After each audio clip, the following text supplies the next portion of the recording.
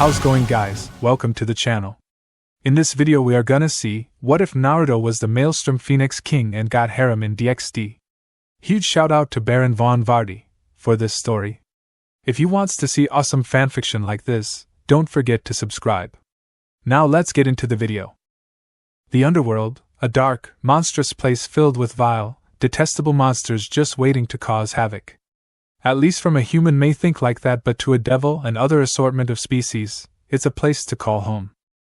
A place where devils aspire to reach a standing of high class and show of their power to others. Some may just want to raise a family or start a business.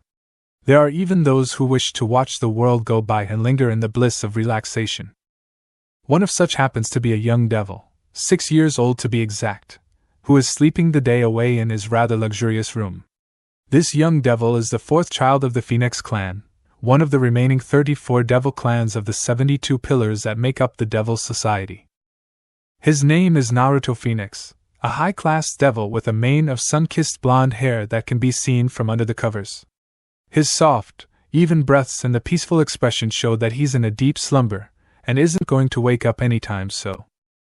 "Ni-san! Wake up, Ni-san! I'm bored!" shouted a squeaky girly voice followed by some banging against the door. Naruto creaked one of his eyes open, which showed azure blue with a hint of annoyance. Deciding to ignore said annoyance, he pulled the covers over his head and proceeded to fall asleep again. "Don't ignore me, Ni-san! I know you can hear me!" This time the voice banged the door with more vigor.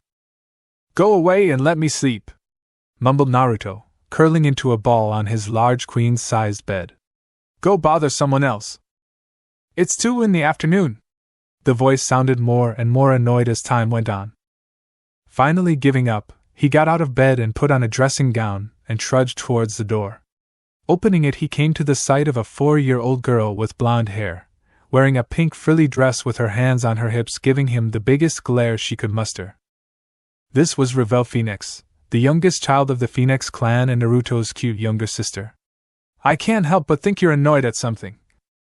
If it was possible, the glare intensified. "You promised you would play with me today!" she exclaimed rather loudly. Naruto stared at her for a good minute with blank look until he hit his fist into his palm with a look of realization on his face. "Ha, I did say that, didn't I? Well, since I promised, I guess I have no choice," he said with a smile.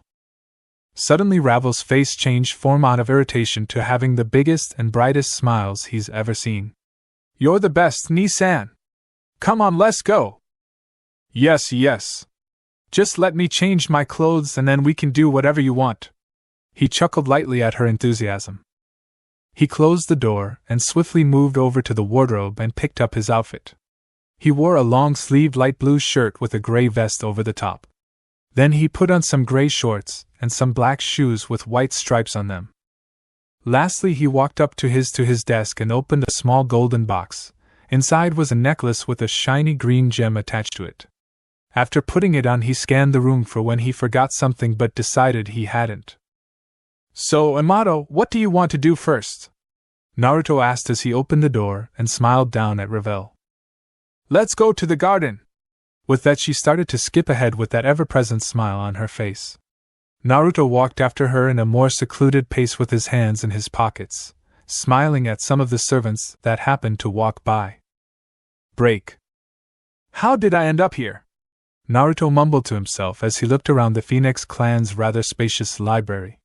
He was walking behind his sister as she talked about her day, with Naruto nodding every now and again to show he was listening, when he turned a corner he was sure would lead outside. That actually lead him in the opposite direction. As he was about to turn around and address his cute little sister, one thought went through his mind. Where's Revel?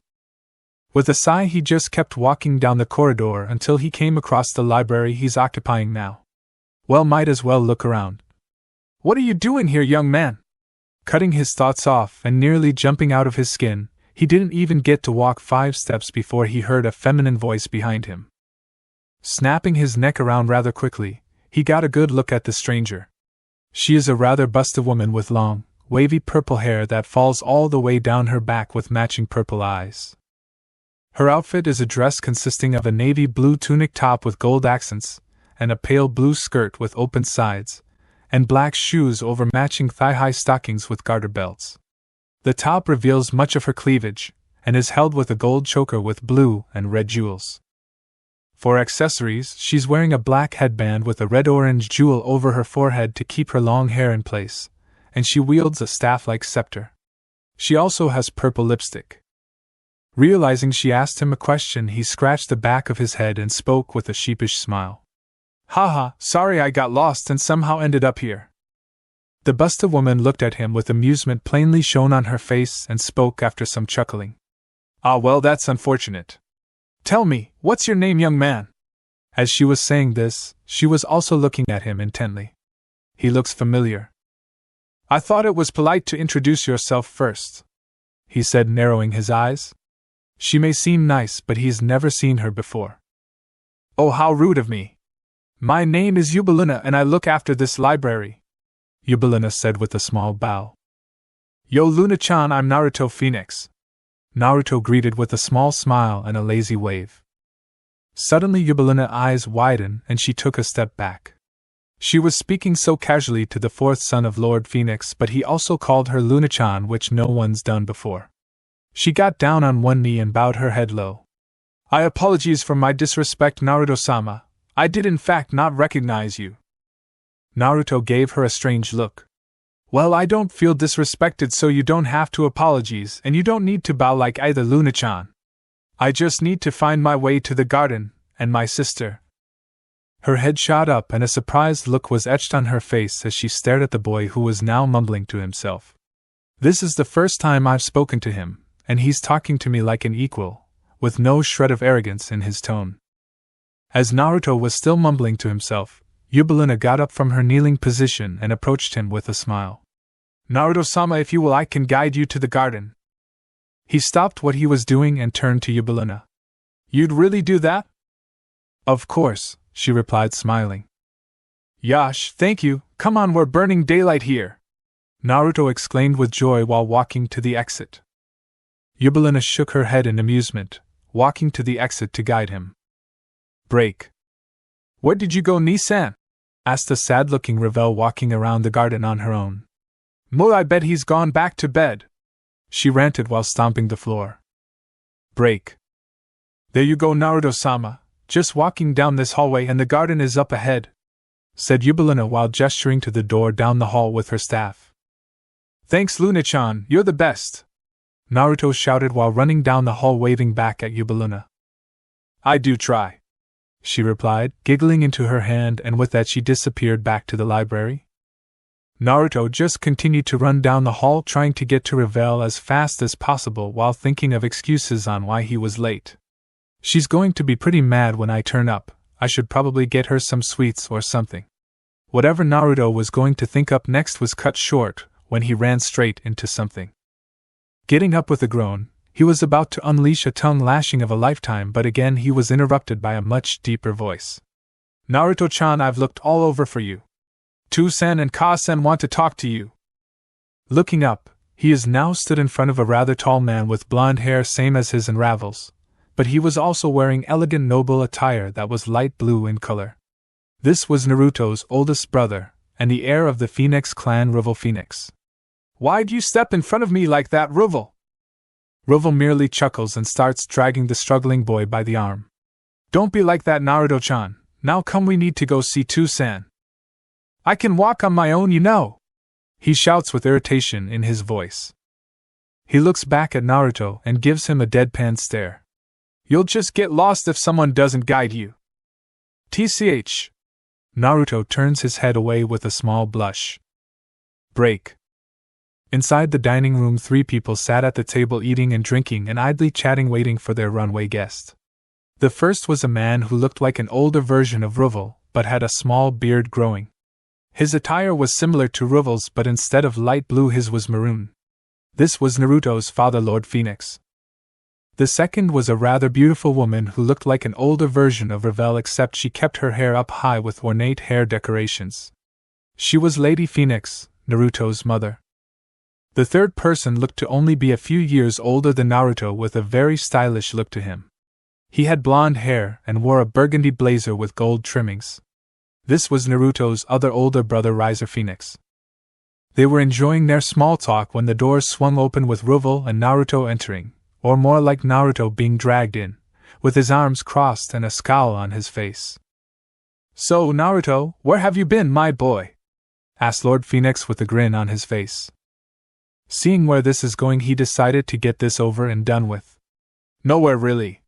Just ended up in library where I met this nice woman who guided me to the garden." Naruto mumbled most of that and stared at the floor the whole time, seemingly finding that more interesting. "Ha ha ha, still getting lost in your own home? Classic!" Riser blurted out while holding his sides, receiving a glare from Naruto. "Yes, it was quite nice of Ibuluna to guide you here, but back to the topic on why we brought you here," spoke Lady Phoenix with a smile on her face, finding the situation amusing like everyone else. "Indeed, Naruto's inability to walk in a straight line aside," Lord Phoenix said with Naruto now directing his glare at him. "Your mother, Riser, and I are all going to visit the Gremory clan, and we want you to come along with us." A bit surprised by what he said, he asked the first thing that popped into his mind. "Why?" "We think it would be great experience for you to see how the clans interact with each other, and to meet members of other clans. Can't hurt now, can it?" Lady Phoenix said with small smile. Naruto stood there for a few seconds thinking it through, then with a shrug said, "Sure, I don't see anything wrong with it." Good, good. Now that's taken care of, you might want to hurry back to Revel. She does have a bit of a temper." As Lord Phoenix stopped talking, the doors swung open again, and there stood Revel with the most vicious glare that shouldn't be seen on a 4-year-old's face. "Ni-san!" On that day, Naruto experienced for the first time the power of feminine fury. "Break. Are we there yet?" "No." "Are we there yet?" "No." "Are we there yet?" "Yes, we're here now, be quiet." This would be the last time Riser travels anywhere with Naruto. Through the trip to the Gremory clan, Naruto had nothing to do.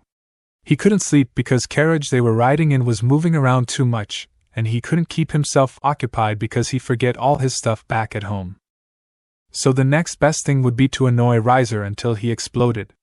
Ah, how fun. But alas, all good things must come to an end, so when the carriage stopped and he and Riser got out to meet their parents, who used a different carriage, he's bored again. The 4 phoenixes walked up the Gremory household, which was quite impressive in size and beauty. The guards at the entrance called for an escort for them.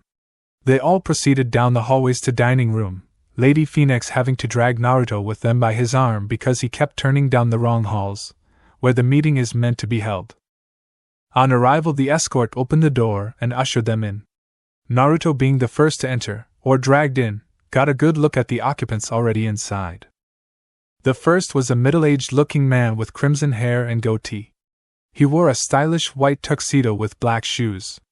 This man was Lord Gremory, the head of the Gremory clan. The one next to him was a beautiful woman with brown long hair that reached her shoulder blades. She wore a cream-colored dress that reached just above her ankles. This was Lady Gremory. On the opposite side of Lord Gremory was another man who is quite handsome and has the appearance of a 20-year-old who also had crimson hair. He is Sirzex Lucifer, formerly known as Sirzex Gremory, one of the 4 Satans. Next to him was another beautiful woman appearing to be in her early 20s, with silver hair and matching eyes. Her hair flows all the way down to her back and features a long braid on each side with small blue bows at the ends. She is wearing a blue and white French-made outfit with long sleeves and a white-made headband over her head, with red lipstick. What surprised Naruto the most was that another person that was there looked to be about the same age as him. She, like most people there, has crimson locks that reach her shoulder blades and is wearing a cream-colored dress like Lady Gremory. After all the phoenixes walked into the dining room, Lord Gremory stepped forward and greeted them. "Greetings, my friends of the Phoenix clan. I hope you had a safe trip here?" "Greetings to you as well, and yes, the trip was rather pleasurable," replied Lord Phoenix with a smile and reached out to shake his hand. "Speak for yourself," mumbled Riser, as he gave the grinning Naruto a glare. Lord Phoenix looks over at Sirzex, inclines his head. "It's an honor as always, Lucifer-sama." "It's a pleasure as well, Lord Phoenix. This time you seem to have another with you. Who might this be?" Sirzex replies, then looks down at Naruto, who seems to be looking into space. With a quick nudge from his mother, Naruto was brought back to the living and noticed everyone was staring at him. Realizing this great opportunity for a good impression, he needed a response that befitting a high-class devil. So lifting his hand in lazy wave he said, "Yo." "Ow." Naruto's cradling his head with a visible lump. Behind him his mother was looking at him with mild glare and a raised fist. "Naruto, you're talking to a Satan, be more polite," Lady Phoenix lectured lightly. Realizing his mistake, Naruto straightened himself out and coughed into his hand. "Yo, how's it going?" All said with a lazy wave again. "Ow. Why'd you hit me again?" I asked how he was doing. Naruto, now cradling another lump, courtesy of his mother, asked.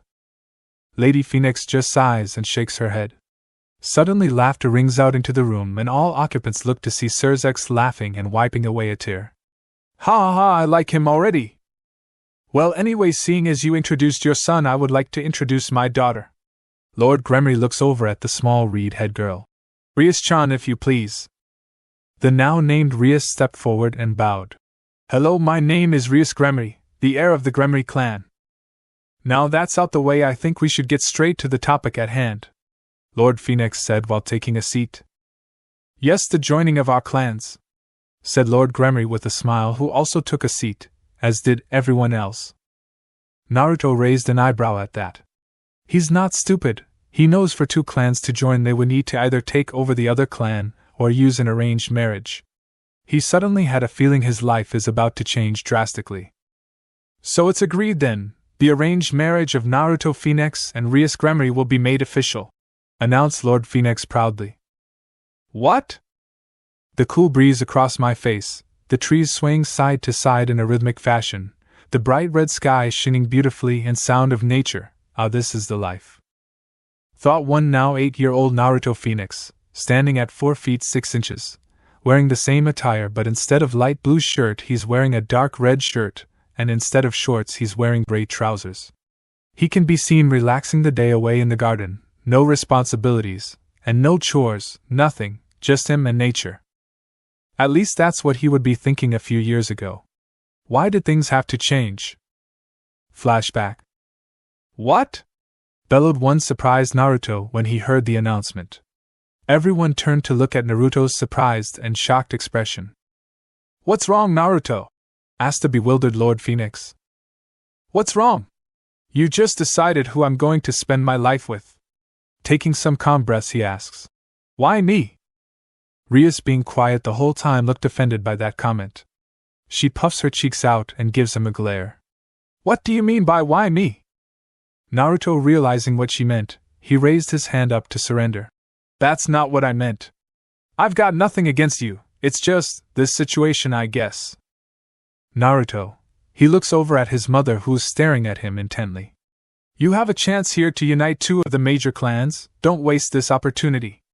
We're placing a lot of responsibility on you, I know that, but trust us." She finishes with a small smile. "Oh yeah, marrying me off to a stranger, I feel so much better now."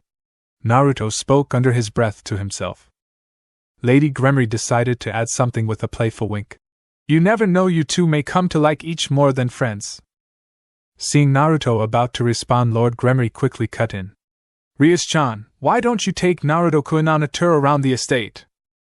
Her face brightening up with the opportunity to spend some time with a potential friend, Rias got up and skipped over to Naruto, and dragged him out the room by his arm. "Come on, Naruto-kun, I've got loads of places to show you." "No, wait. Gah! I wasn't finished, help!" cried a hysteric Naruto, being pulled out the room by a surprisingly strong grip. "Ah, young love!" The adults all shared a laugh, but no one noticed the scowl on Riser's face during the discussion. Break. Enthusiasm doesn't do this girl justice. Rias has been dragging Naruto around the estate since they left the meeting, and even with all of his flailing and ranting he couldn't get her to let go of him. When they got to a long hallway which he presumed leads somewhere exciting, as Rias would put it, she finally let go of him. Walking down the hall, she loudly announced, "And this is my room." "Where did Naruto-kun go?" "In the Gremory estate garden." "How did I get here?" 20 minutes later, outside Rias's room.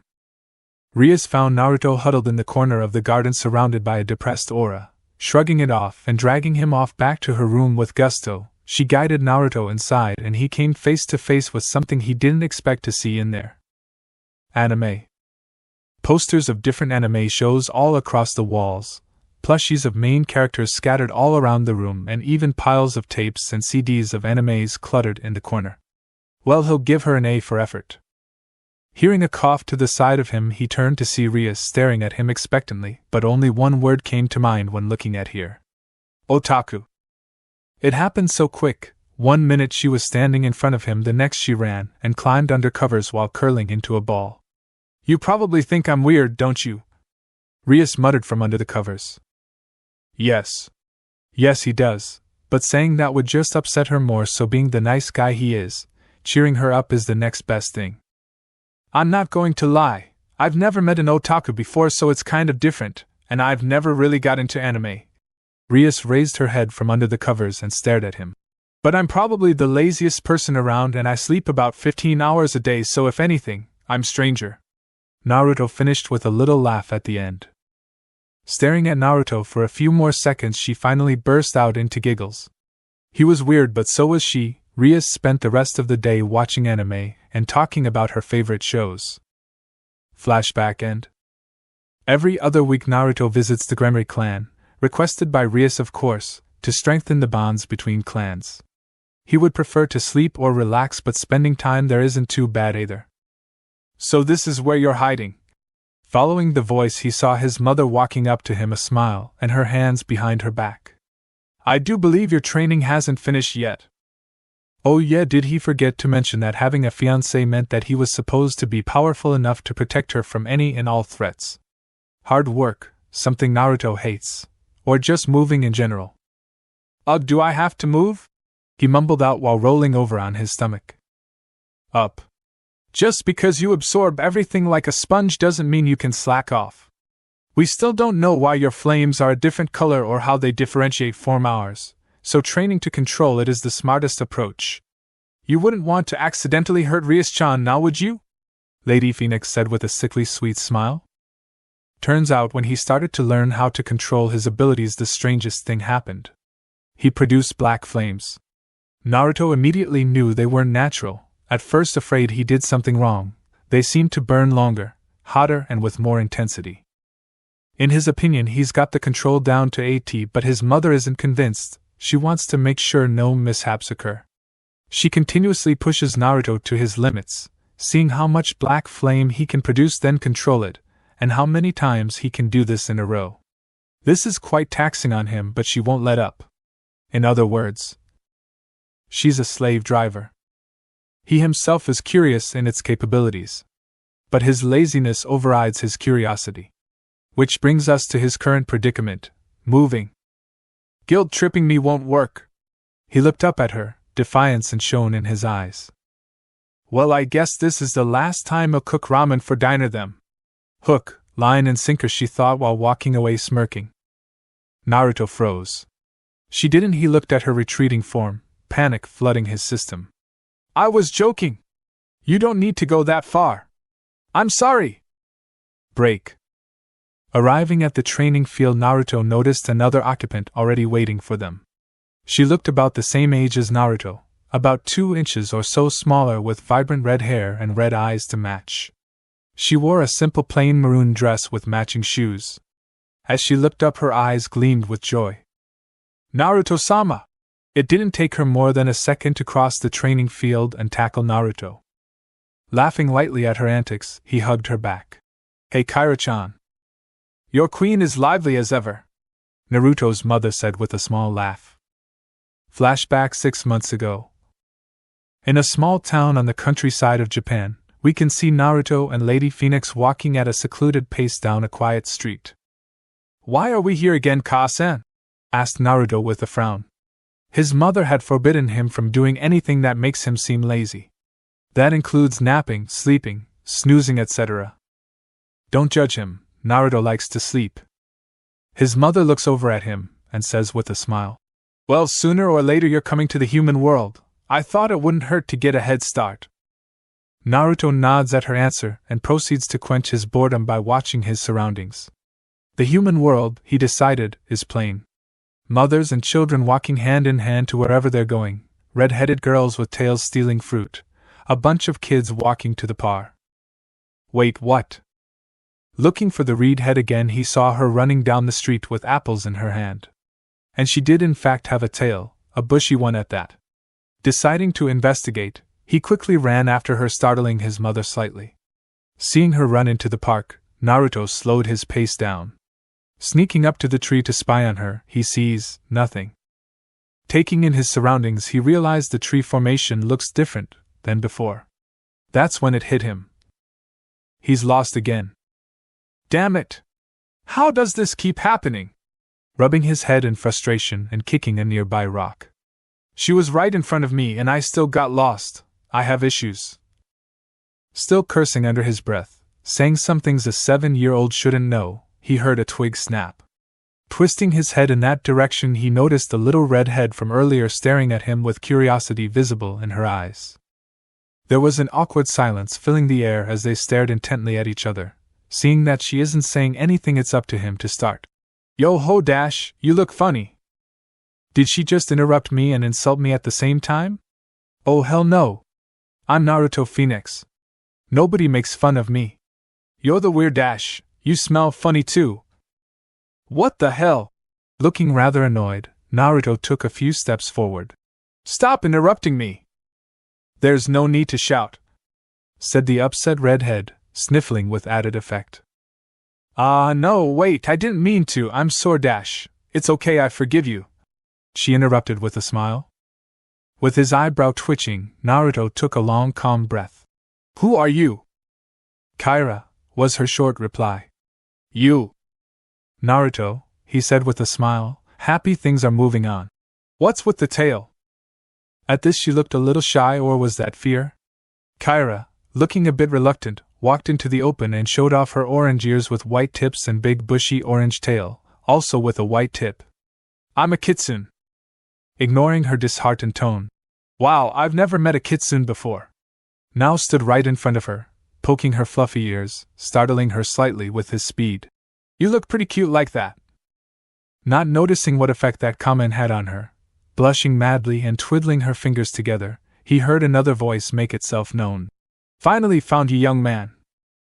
Walking through the bushes strode Lady Phoenix, although looking a bit annoyed. No doubt from hiking through the forest while wearing that expensive dress. She then noted another presence beside her son. Oh, who do we have here? Her name's Kyra and she's a kitsune, Naruto remarked with a smile. Kitsune? Strange seeing one here. That's when she got good sense of her power. While pretty impressive, it's nearly on par with Naruto's reserves. No normal kitsune should have that much power, I wonder. Kyra-chan, do you have more than one tail? Nodding happily, she revealed all her tails. I've got 9. With extra emphasis, she stuck 9 fingers in the air and hopped up and down. Kyuubi? They're supposed to be powerful, right? Naruto asked, stroking one of her 9 tails. Trained properly, they could reach the same level, maybe even higher than that of an ultimate class devil, replied his mother, looking at Naruto, wondering where he's going with this. Cool, so I can make her my queen? As this was going on, Kyra was confused. People would normally run away from her or chase her out of town, but these two were treating her like a normal girl, or as normal a girl with fox features can be treated. It felt nice. Well, I guess, but you would have to ask her first. Having a kitsune, a Kyuubi even, in your peerage would be a huge advantage, thought Lady Phoenix. Some people have all the luck in the world. Kyra, snapping said kitsune out of her thoughts. Do you want to come home with me and join my peerage? Asked Naruto with a huge smile on his face. They want me to come with them? Me? But I thought everyone hated me, so why are they being nice? Then a voice in the back of her head made itself known. Maybe there's still good people out there. Tears. She told herself she wouldn't cry anymore. She promised she wouldn't show anyone her tears. But she was so happy. She couldn't stop them. They flowed freely down her flushed face. Seeing her cry, Naruto, being Naruto, assumed he said something wrong. Kaira-chan, did I say Samyufef? Kaira, now sat on top of Naruto drenching his shirt with her tears, had never been happier in her life. On that day Naruto gained his first member of his peerage, Kaira his queen. Flashback end. She's really come far from that frail little girl, Naruto thought, looking Kaira while she's practicing her foxfire, shooting blue flames at some training dummies. It turned out her parents died when she was baby and has been traveling between towns and villages to gather food. She would try and mingle with the humans there, but they are fickle beings. If they don't understand something, they fear it. If they fear it, they hate it. Lost in your thoughts again? He looked up at the voice of his mother. Well, since you seem to be so determined to slack off, I guess I'll have to increase the training difficulty, she said with a sadistic smile. Gulping rather loudly, Naruto took a few steps back from his mother, who started to emit a rather frightening aura. Sometimes it sucked being lazy. Break. 2 weeks later. On his way to the Gremory estate on his scheduled visit, Naruto would usually be more excited, but lately he's had something on his mind. Or rather someone. Riser. His arrogance has slowly been rising with each passing day, and it's starting to grind Naruto a bit. Riser has always been arrogant, but now he takes every opportunity to rub it in people's faces, even his family members. Thinking back, it started when that whole Rias business happened, and then increased again when he got Kaira as his queen. Is Riser jealous? But why would he be? He has more members in his peerage, and he could probably get any girl he wanted. Naruto-sama? Turning to his left, he sees his queen, Kaira, sat next to him. Apparently she wanted to meet my so-called fiancé, as she put it, and decide if she's good enough for me. She thinks that only someone worthy may have my hand in marriage. Whatever that means. Girls are weird. Shaking his head a little, he speaks to her in a calm voice. It's nothing, just thinking. Changing the subject before things get awkward, he said. You didn't have to come with me, you know. Puffing out her cheeks a little with a small blush on her face, she says. It's my duty as your queen to make sure her intentions are pure. You never know, she could be trying to steal the Phoenix clan's secrets, or even worse, assassinate you.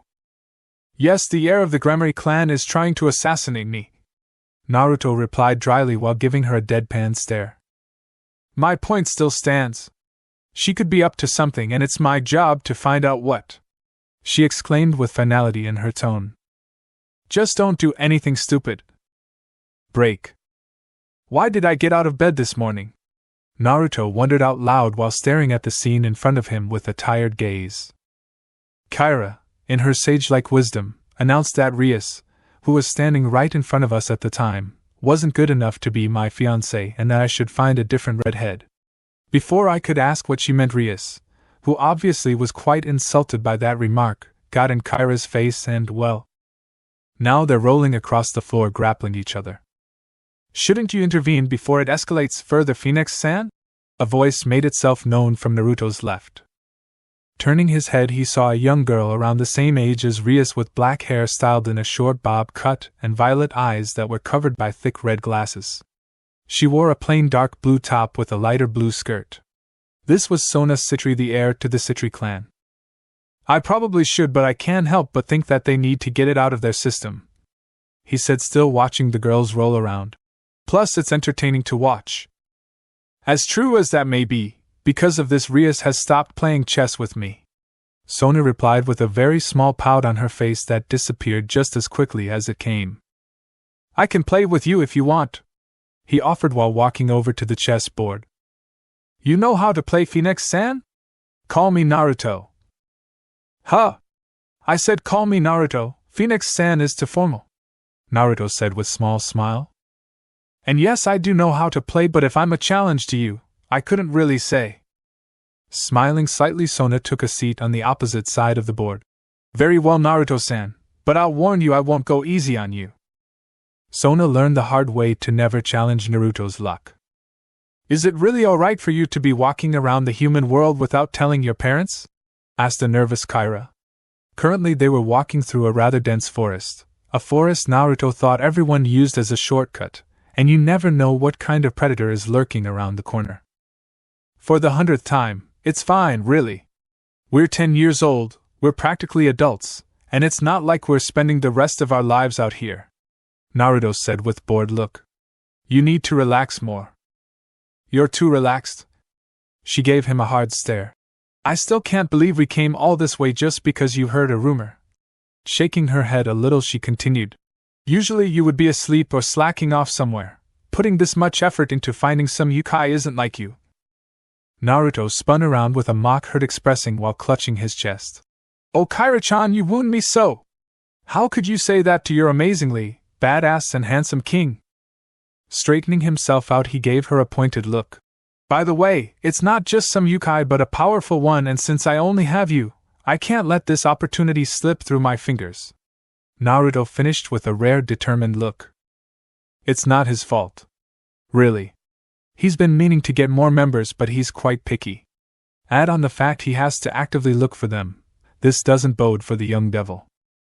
Sighing quietly, she said, Well, since I can't talk you out of it, I have no choice but to follow you. Kaira then asked a question that's been plaguing her mind for a while. Do you know where this yokai is? Do you know where we're going? Her eyebrows twitching slightly. Please tell me you know where we actually are. Oh look, squirrels! Don't ignore me! After a small beating from an angry kitsune, the dynamic duo, after some hours of hiking, eventually found themselves a way out of the forest and into rather large town. Cars zooming in and out of the streets, people moving in herds from one building to another. All in all, it was a rather busy-looking place.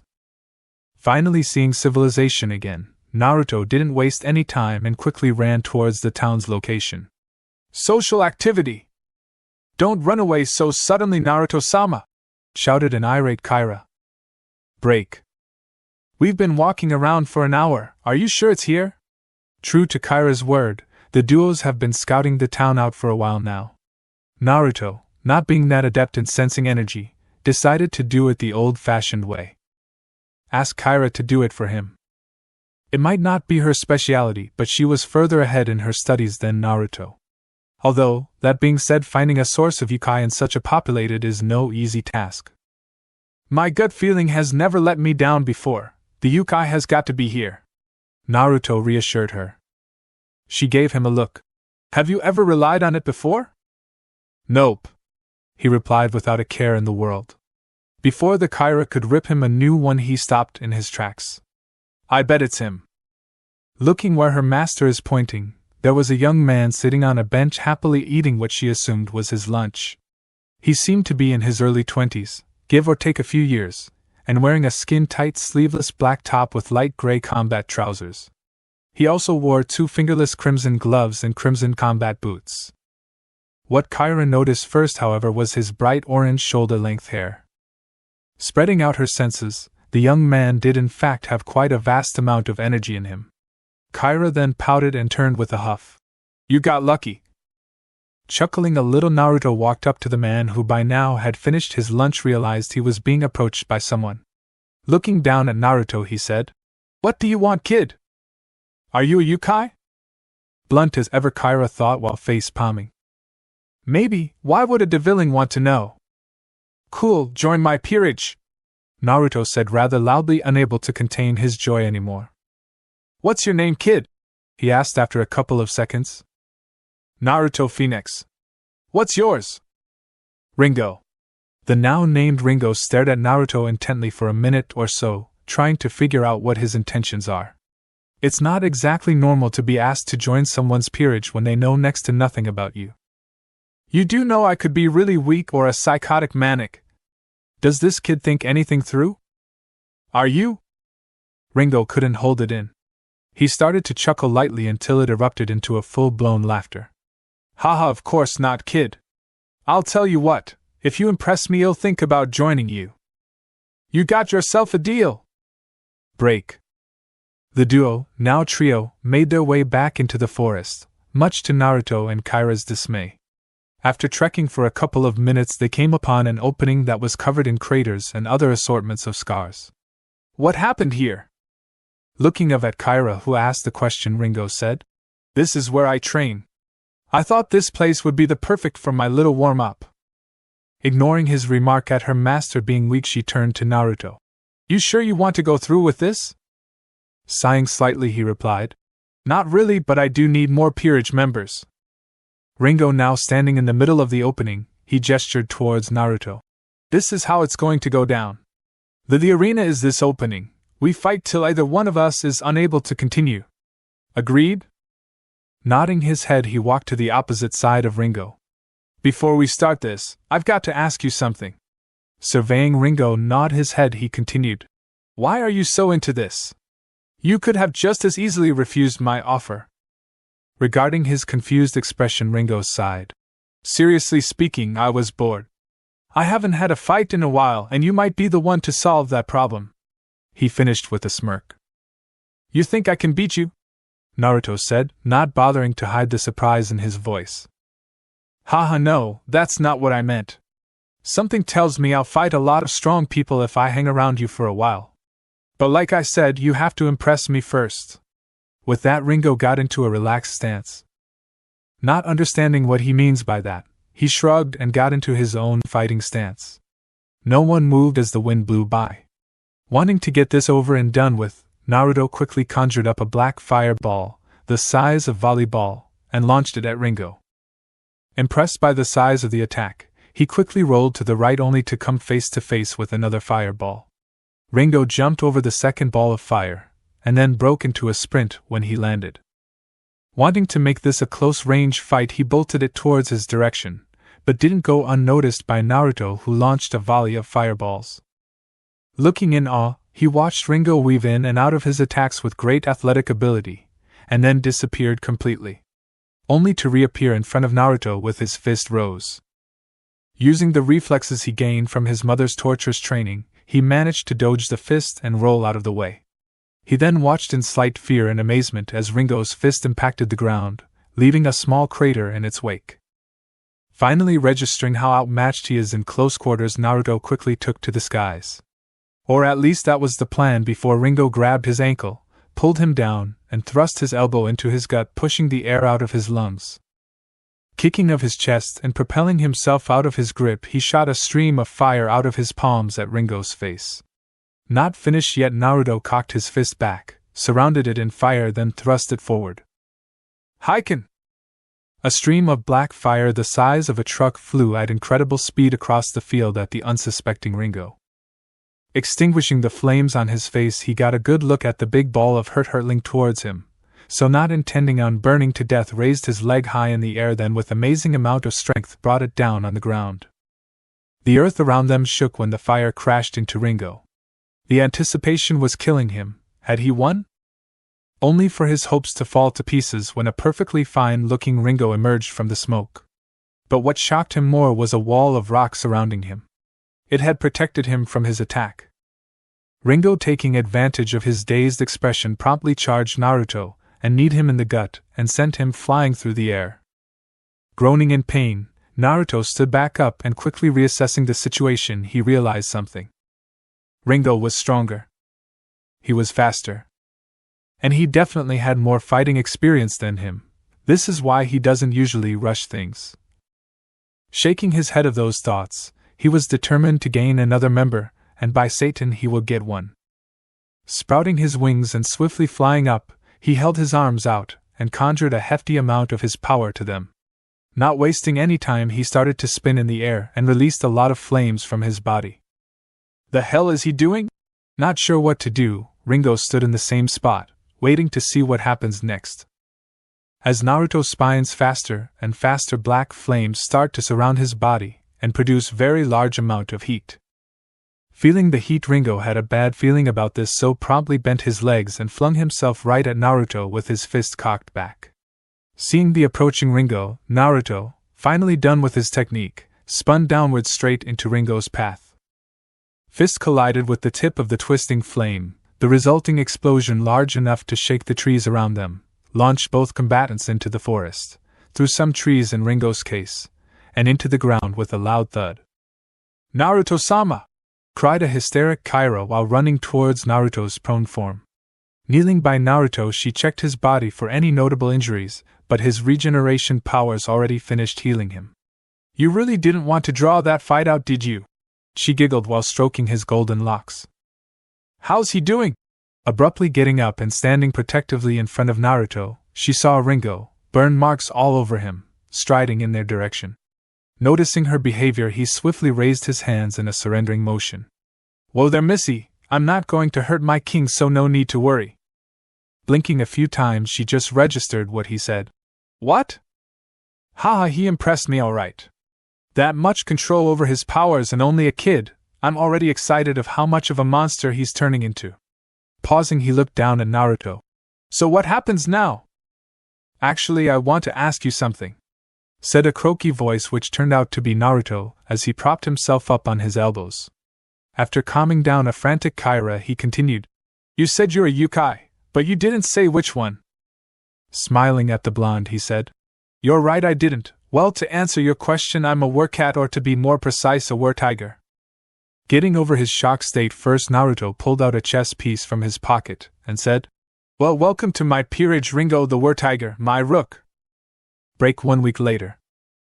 Naruto normally isn't someone to scare easily, but the glare his mother was giving could even make the 4 great Satans cower in fear.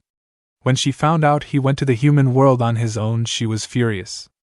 Not knowing where he went or what he was doing, she had no choice but to wait for him to come back. She was pissed. So you got another peerage member? Lady Phoenix said with an even tone. Ringo quickly excused himself when he saw the look in the woman's eyes. He may be serving someone now, but he's not going to stick around when a powerful woman is pissed off. He's not crazy. Yeah, and he's really strong too. And as usual, Naruto is completely oblivious. You idiot! With that, his mother delivered a beating of a lifetime.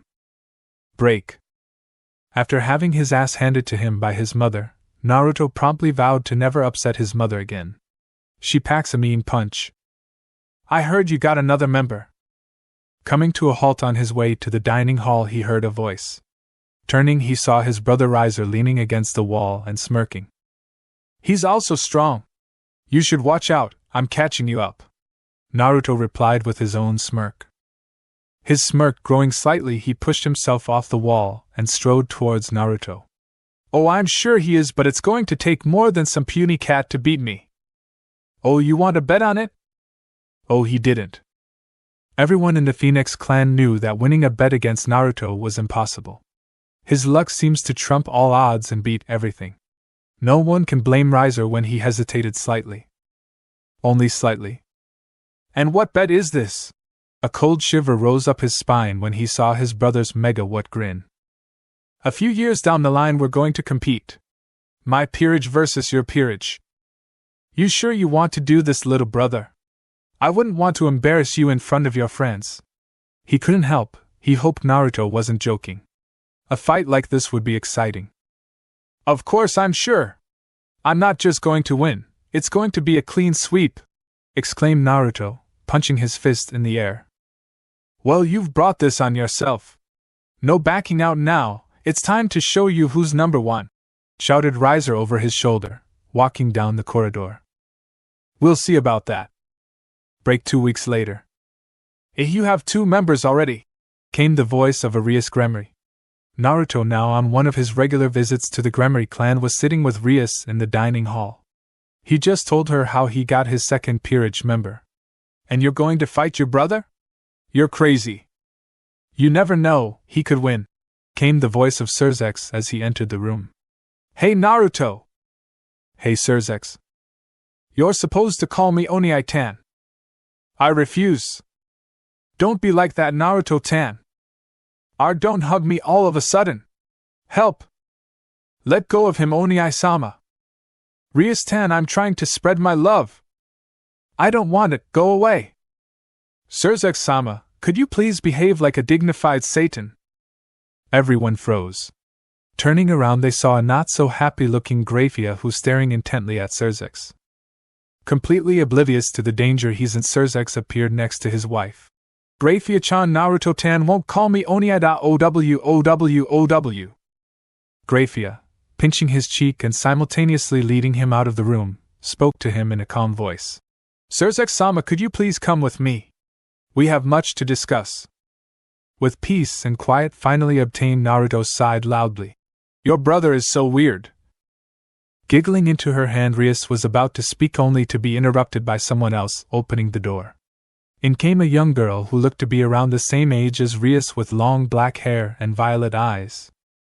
Her hair is tied into a long ponytail, reaching all the way down to her legs with two antennae sticking out from the top and sloping backwards that is held together with an orange ribbon. She's wearing a white top with a crimson skirt. "Akino!" said Rias, propelling herself of the chair and gave the girl a hug. Era, did you miss me, Rias?" spoke Akino in a teasing voice. "Oh, quiet you."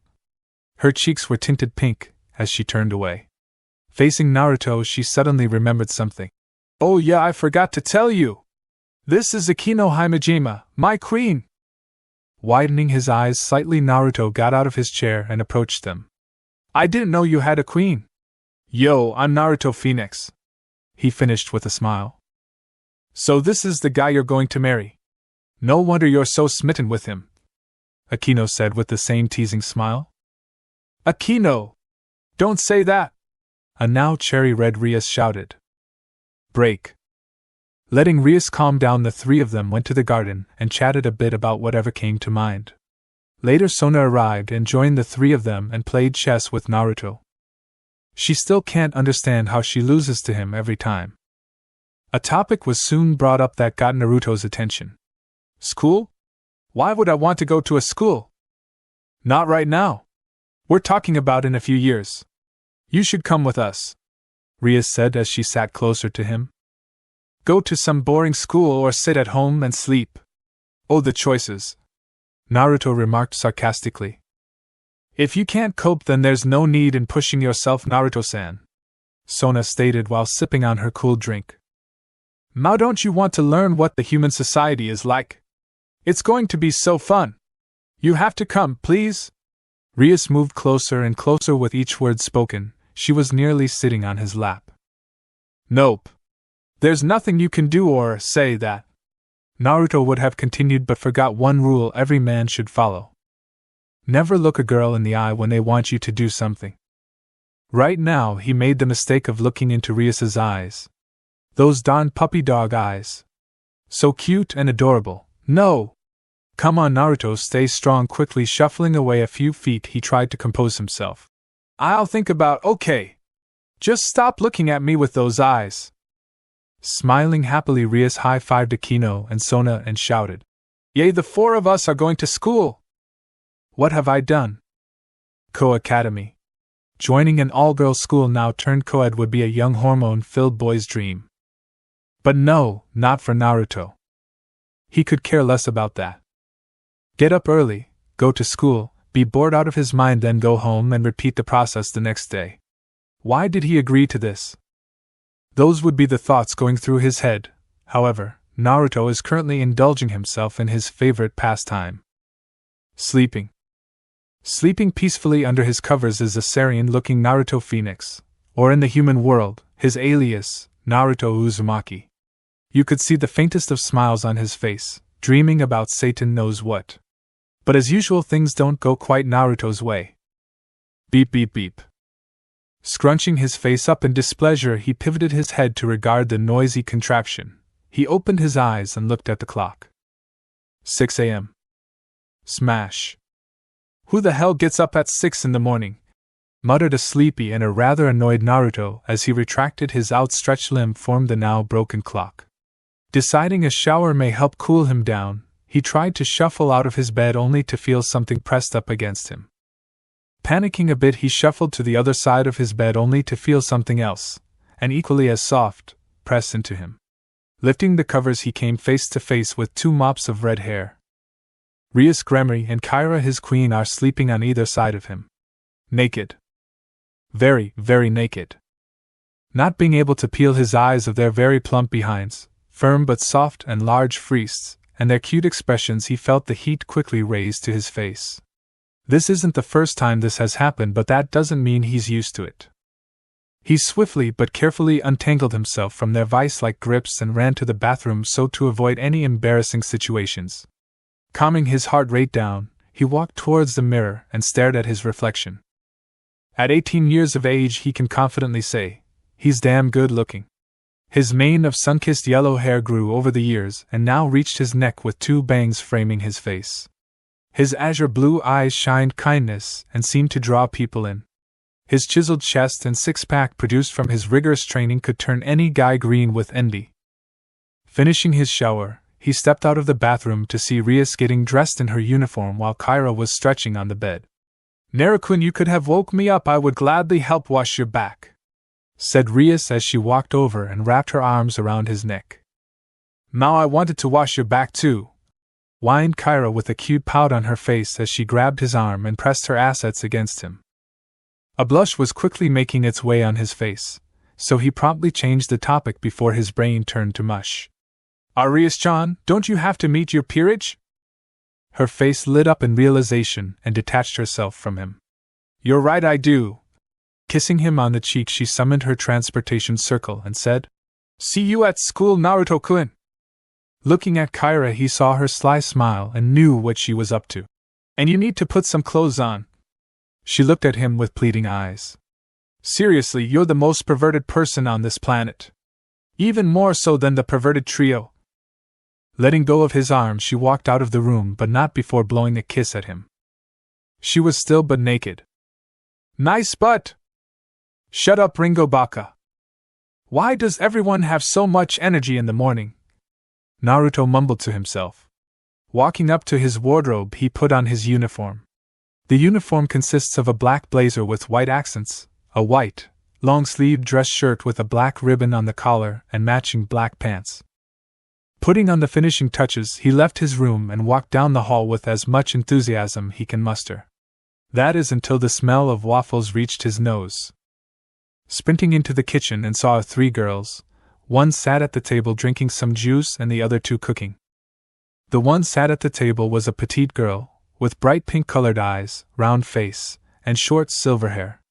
She wore the girl version of the uniform, which consisted of a white long-sleeved, button-down shirt with a black ribbon on the collar, a black shoulder cape and matching button-down corset, and a magenta skirt with white accents. This was Naruto's pawn Gomen Hachisuka. The first girl on the right that was cooking had olive skin tone, long black hair and a ponytail, and bright doe-like jade green eyes. She also wore the girl's uniform. This was Naruto's knight Jaden. The other girl on the left had long brown hair that reached her back, with coal-black eyes, small build, and wore the girl version of the uniform. She was Naruto's Bishop Eli Rolfson. Sitting down at the table, he gave them all a small greeting. "Morning, ladies." "Morning, Naruto-sama," Jaden and Eli said in unison. Gomen just gave a small nod. She wasn't a morning person. "I can see you managed to crawl out of bed this morning," came a voice from the doorway. There stood a fair-skinned young man with onyx eyes and black chin-length hair, with the back of his hair spiked out in random directions. He was fairly tall, about the same size as Naruto, and was quite muscular. He wore the boy's uniform except without the blazer. This was Sasuke Uchiha, Naruto's knight. "Leave master alone, Sasuke-chan," Gomen said when Jaden placed some waffles in front of her. "Yes, Sasuke-chan, pick on someone your own size," Naruto said while digging into his own waffles. "Stop calling me that!" snapped Sasuke, glaring heatedly at them. "And we are the same size, idiot." "Oh yeah," came the half-hearted reply from Naruto. "Even in the morning you're still irritating," Sasuke said, sitting at the table. "Oh Sasuke, be quiet and eat your waffles," motioned Eli when she placed some more waffles on the table. "Looking forward to school, Naruto?" Sasuke asked with a grin on his face. Naruto's face instantly fell and he had a dark cloud over his head. Why did everyone have to remind him? "Of course not. Who would?" he said, giving him an incredulous look. "I am," Eli shouted across the kitchen with a huge smile on her face. "You would, you bookworm," Naruto said low enough so she wouldn't hear him. But she did. "Don't be so mean, Naruto-sama." Finishing his food, Sasuke looked around the room to find something, but he couldn't see it. "Where's Tanuki boy?" Jaden was the one to answer him. "He's in the garden meditating." Looking out the window, she had a surprised expression. Or at least he was. "I'm here." Everyone spun around and stared shocked at the new occupant in the room, apart from Naruto, who smiled and waved at him. Hey Gaara. He is a little shorter than the average males of his age, he has fair skin and short, spiky red hair, and he has pale blue-green eyes. He also has no distinctive pupils or eyebrows. He has two very notable traits in his appearance. Firstly, he has tanuki-like black eye rings, and secondly, he has the kanji love on the left side of his forehead. He wore full-length dark trousers, with a pair of laces on each leg, respectively a few inches below the waist and the knees, a long-sleeved crimson coat with flaring hemlines and slits down on the lower half of the front, and a gray vest over the top. He was Gaara, Naruto's other bishop. Gaara, stop walking around like a ghost, Jaden said with her arms crossed and her cheeks puffed out. No, came the short reply of Gaara. Giving a nod to Naruto, he trailed out the room. A man of few words, Naruto exclaimed with a laugh. They sat there having small talk for a few minutes, and enjoying their food when Ringo trudged in with a red hand mark on his face. Hey guys. Hey Ringo, what happened to your face? Sasuke asked with a raised eyebrow. Accidentally walked into Kyra while she was having a shower, Ringo mumbled, rubbing his cheek. Her slaps hurt. Strange. I've walked in when she was having a shower loads of times, and she always asks me to join her, Naruto said, leaning back on his chair. Oh yeah, I wonder why that is, Ringo replied sarcastically. My sex appeal is higher than yours. Naruto smirked a little and everyone laughed. Haha, shut up. Ringo hadn't changed much over the years. He still wore the sleeveless skin-tight shirt and black trousers, but his hair has grown longer now, reaching his shoulder blades and tied into a ponytail. Kyra walked in a few minutes later and gave Ringo a small glare while muttering, "Pervert." Naruto decided to ask her a question he's been meaning to ask since he got up. Kyra, why were you in my bed this morning? She blushed slightly and said, Well, I saw Rias teleport herself into your room, so as your queen it was my duty to make sure she didn't try anything funny. Naruto smiled a little and said, Ah, okay then, and the reason you and Rias were naked is because... She laughed lightly into her hand and looked away embarrassed. Well, you see, you looked cold, so we kept you warm with our body heat. The more she talked, the more she wasn't sure of herself.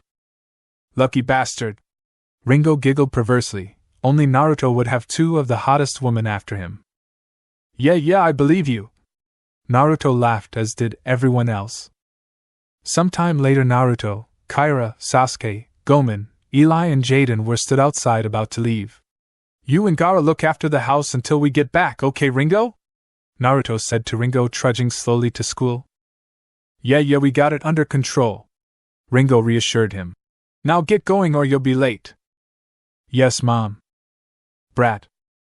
Naruto hates many things: working, studying, anything that involves moving in general.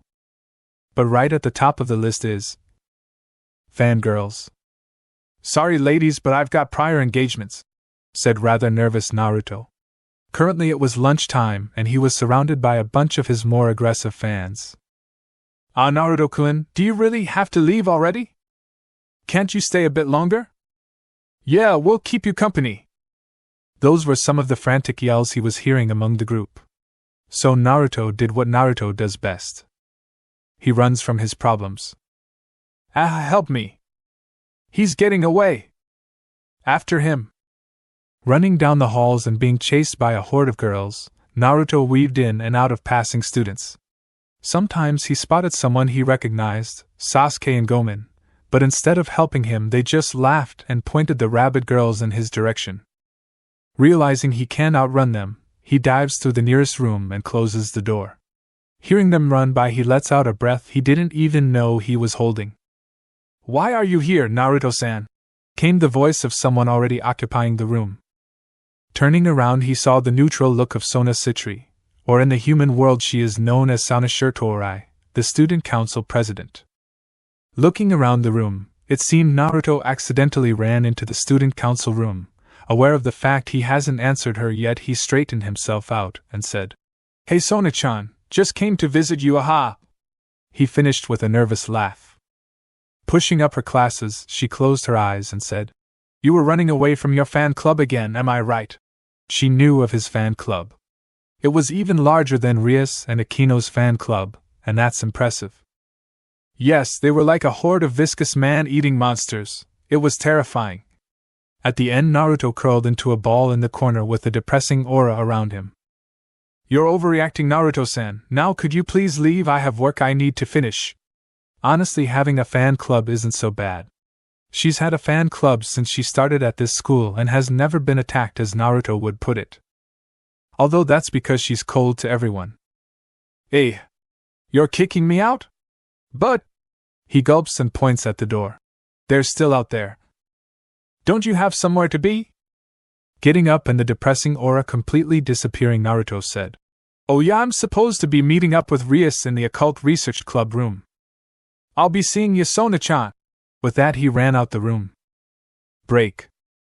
The Occult Research Club is based in an old schoolhouse on the outskirts of the school ground. The outside looks run down. The club room interior, however, is a wood-paneled room with Victorian-style couches and chairs along the walls. One side is set up to be able to be used as a bath, and a large Gremory family magic circle is also there to allow teleportation. Currently in the room are a few individuals.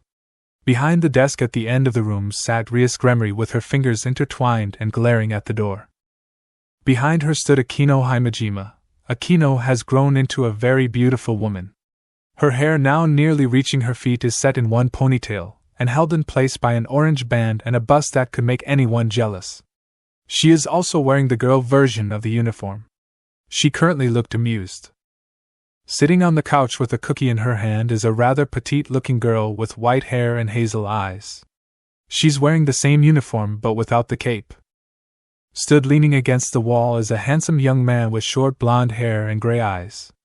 Like the rest of the boys of Ko Academy, he wears the Ko Academy boys' school uniform, except the blazer is fully buttoned, and he wears brown dress shoes to complete the Prince Charming look. He's late, muttered Rias, still intently staring at the door. Era, is Bucho missing out of her Naruto time? Akino said in a teasing tone. Looking away slightly, Rias said, that has nothing to do with it. He's late. Thinking about it, he might be lost. Shame, I wouldn't mind some Naruto time. Akino replied with the same teasing grin. Giving her a mild glare, Rias said, Akino, I was only joking, Bucho, a little. Before Rias could give a retort, the door swung open and a panting Naruto strolled in. Fangirls, being chased, ran into Sona, was the strained reply of Naruto. You do realize you can teleport here, senpai? The other male in the room said with some amusement. I'll cut you, Kiba, Naruto retorted with an evil look. Kiba shook his head in amusement, and wisely backed down. You look annoyed, senpai, the petite girl said in a quiet voice. Walking over, Naruto sat next to her and placed his hand on her head. How would you feel if you had a horde of hormone-filled teens trying to steal your innocence, Kaneko? As he stroked her head, a pair of cat ears popped out, and Kaneko started to lean into the touch. Touché, she purred out. Anyway, what did you want to see me about, Rias? Naruto asked with some curiosity. I was hoping you and your peerage wouldn't mind having a joint training session with me and my peerage, Rias said with a smile. Quirking an eyebrow in surprise, Naruto said, Why? You've never asked to join before. True, but all your members are powerful in their own right, and you nearly have a full set. The more she said, the more depressed she got. Plus, I only have a queen, a rook, and a knight. Yeah, it sucks to be you right now. Feeling a cold glare directed at him, he corrected himself. I mean, why don't you spa with Akino? She can take the pain. Only if it's for you, Akino said in a sultry tone. I bet you do. Naruto gave her a deadpan stare. Looking back at Rias, he continued. And it's not like we have a schedule, we just kind of train whenever we want. If you want to get stronger, then train with your peerage, or ask your brother. Giving Naruto a blank look, Rias said, I'd rather not. Surzex may be extremely powerful, but he's very eccentric. Naruto-senpai is right. We can improve on our one. Kiba interjected with a friendly smile. I agree, came the small voice of Kaneko. See, Kitty Cat and Prince Charming agree. Ignoring the pouts formed them, he got a bit serious. And with the fallen angels around, you have a great opportunity to prove your strength. Seeing where this is going, Rias had a serious look too. You've heard about that too, huh? They're looking for something, but what? She asked out loud. Shrugging his shoulders, Naruto said, Don't know, but we'll find out soon. Getting up and turning to the door, he said, You guys are welcome to come round for a bite to eat later if you want. Smiling at his generosity, Rias said, We have nothing planned, so why not? We'll meet at the gates after school. It's a date. Naruto chirped happily, then gave them a bow. I'll be seeing you then, otaku, sadist, kitty cat, Prince Charming. Shaking her head, Rias said, He's such a baka. Break. Naruto, by the request of Kyra, lived in a rather luxurious house. The building was 3 stories high and made completely out of red bricks, with the frames made out of mahogany wood, and the roof was fitted with black tiles. The first floor had the kitchen and living areas with a large gym and 2 bathrooms. The second floor was the boys' floor with 6 bedrooms and 2 bathrooms. The third floor was the girls' one, which consisted of 6 bedrooms and 2 bathrooms. Although one of the bedrooms on the top floor was renovated into a very large walk-in wardrobe, all voted for by the female members. There is also a large basement that's used mainly for storage, and a small library for Eli. She loved her books. At the back it had sizable garden turned training field with a big bathhouse to the side. Naruto at first wanted to live in an apartment block. He didn't really care as long as the building was livable. However, Kyra said, Someone of your status shouldn't live in a rundown apartment. So after some convincing, i.e. beatings and threats, Naruto conceded and had his parents build him a house. In his opinion, it was more of a fortress, especially after Surzex reinforced the whole building with magic. He wanted his Ototo to be safe in the human world. Naruto still shivered at the thought of that. I still can't believe Senpai lives in such a majestic house, Kiba said. I blame Kyra, Rias said while crossing her arms. She's always liked the pampered life. Strange, Naruto said, smirking at Rias. I think I remember you saying something along the lines of I wish I could move in with Nara Dash. He couldn't finish the rest before Rias clamped her hands over his mouth. No one needs to hear that, Rias said while glaring at Naruto. Now let's go in, shall we? Opening the front door, the group of 5 stood in front of something you don't see every day. Sat on the floor in a circle were Ringo, Gomen, Eli, Jaden, Sasuke, Gaara, Kyra, and someone else with cards in their hands and on the floor. The person mentioned last is a young woman with short, blonde-colored hair and red eyes. She has a voluptuous figure, further accentuated by her being pretty short. Although she's physically short, her breasts well endowed in addition to her ample figure. She's wearing what seems like a yellow-colored army uniform with a short skirt. This was Naruto's pawn Sarah's Victoria. The weirdest part was that Ringo and Eli were in their undergarments while Sasuke and Kyra had a few pieces of clothing missing, and Gaara, Sarah's and Jaden looked perfectly fine. What are you doing? Naruto asked them after a few minutes of silence. He knew his peerage weren't normal. Hell, he isn't exactly your average everyday devil, but seeing them sat in a circle concentrating was new even to him. They all spared him a glance before returning to the game. Naruto thought they weren't going to answer him, but then Gomen muttered 2 words that made a grin split across his face. Strip poker. Can we play? Akino asked, peeking over Naruto's shoulder. Sure, I could use the money anyway, Sarah said with a laugh. Break. Really? Naruto asked as looked at the occupants in the room. He, Kyra, Ringo and Sasuke were in the occult research room with Rias's peerage discussing what Rias just told them. They're after Issei? The Issei Hayadu, member of the perverted trio? Naruto asked in disbelief. What did he do to piss them off? Letting out an exasperated sigh, she said.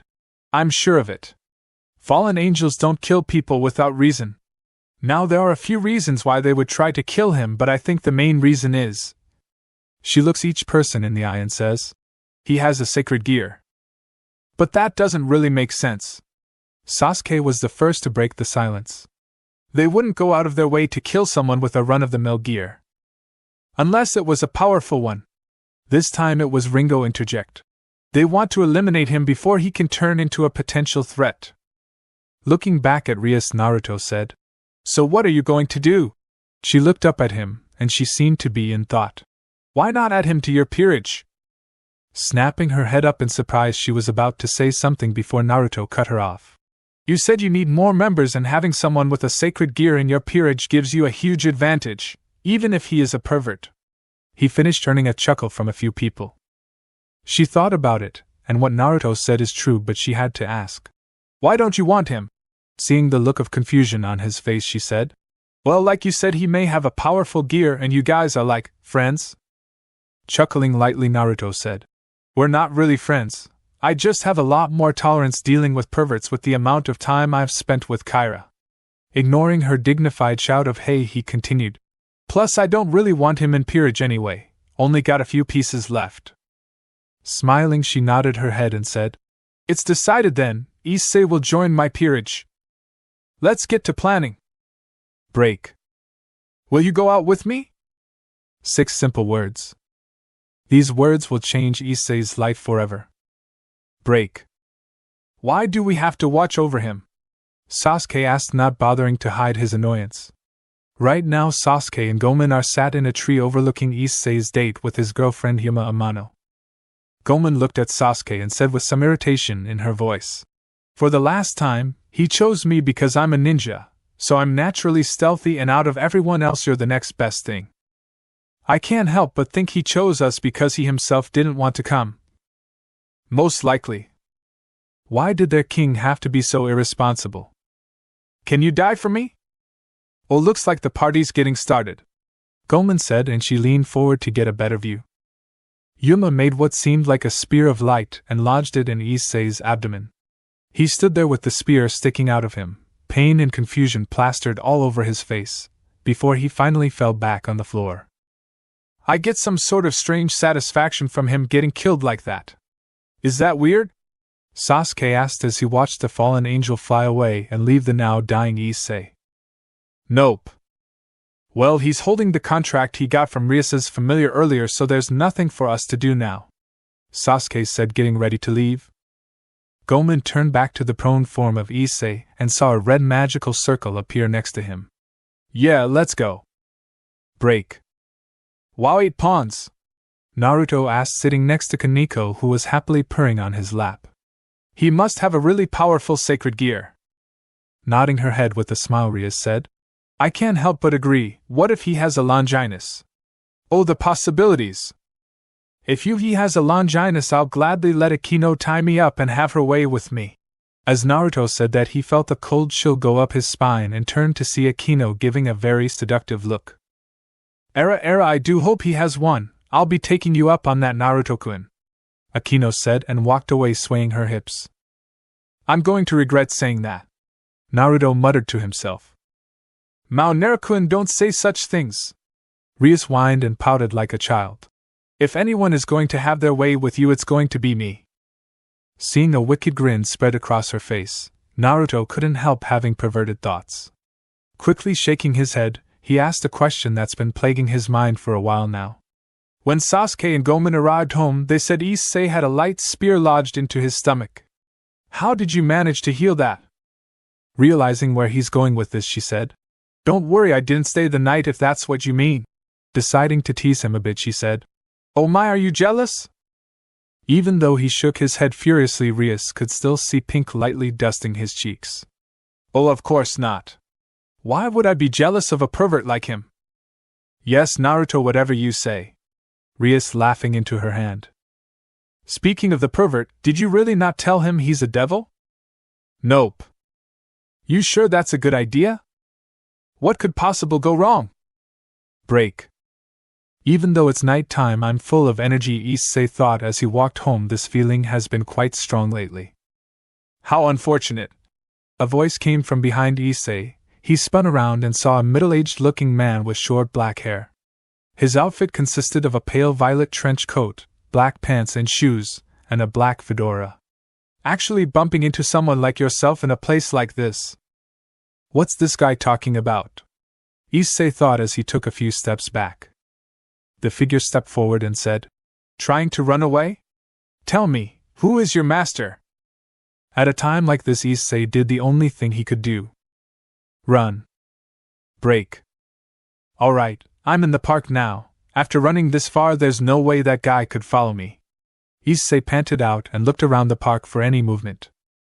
You thought I'd let you run away? Jumping back, Issei saw the man stood a few feet in front of him. The only difference now, he had black crow-like wings sprouted out of his back. Just like Yuma-chan's, Issei thought in freight. I can't detect any traces of your master, so you must be a stray. In that case, the figure spoke with a smile filled with bloodlust, as a small speck of light materialized in his hand. Killing you won't be a problem. It's the same as before. I'm going to be killed. Issei turned around to run, only for the spear of light to stab him through the back. He stood there in shock, looking down at the wound. Trying to pull it out, Issei placed his hands on the spear, but the intensity of the light burned his hands. You can pull it out, right? The man asked with an amused smile. To devils, the light is a deadly poison. Grabbing the spear, the man roughly pulled it out. I'm sorry for causing you unnecessary pain. I'll be sure to kill you this time, ugh. As the man was about to pierce Issei in the back again, a red ball of energy collided into his arm. Jumping back with a painful grunt, he looked at his arm. He saw it was rather harshly burned. Could you please leave this kid alone? That red hair, I'm quite familiar with it. Straightening himself out, he looked the newcomer and said, Are you a part of the Gremory family? I am Rias Gremory. It's a pleasure, Fallen Angel-san, Rias said with a small bow, but never taking her eyes of the man in front of her. Before either of them could continue, an orange magical circle with a phoenix in the middle erupted into flames next to Rias. From it, Naruto stepped out and looked around before his eyes landed on Rias. Yo, I eventually found my way here. Really, Issei? You got stabbed in the stomach again? Naruto yelled in disbelief, momentarily ignoring the two other people staring at him. He crouched down next to the barely conscious Issei and checked him over. Oh wait, you got stabbed in the back. I guess that's an improvement. Rias-senpai. Naruto-senpai. Rias shook her head in amusement, while the fallen angel looked at Naruto with curiosity. Thinking back, he arrived via teleportation, with the Phoenix clan emblem in the middle of the circle. There is only one reasonable explanation. By any chance, are you with the House of Phoenix? Standing up and looking at the man, Naruto said, Yo, the name's Naruto Phoenix. Oh, and what would two full-blooded devils be doing here? Ah well, she. Naruto points at Rias. Can't get enough of me, OW who throws shoes at people. A blushing madly, Rias turns back to the man and says, This is the territory of the Gremory clan and that boy is my servant. If you interfere again, don't blame me for taking drastic measures. The man flew into the air and said, The same goes for you. My name is Donasek, pray we never meet again.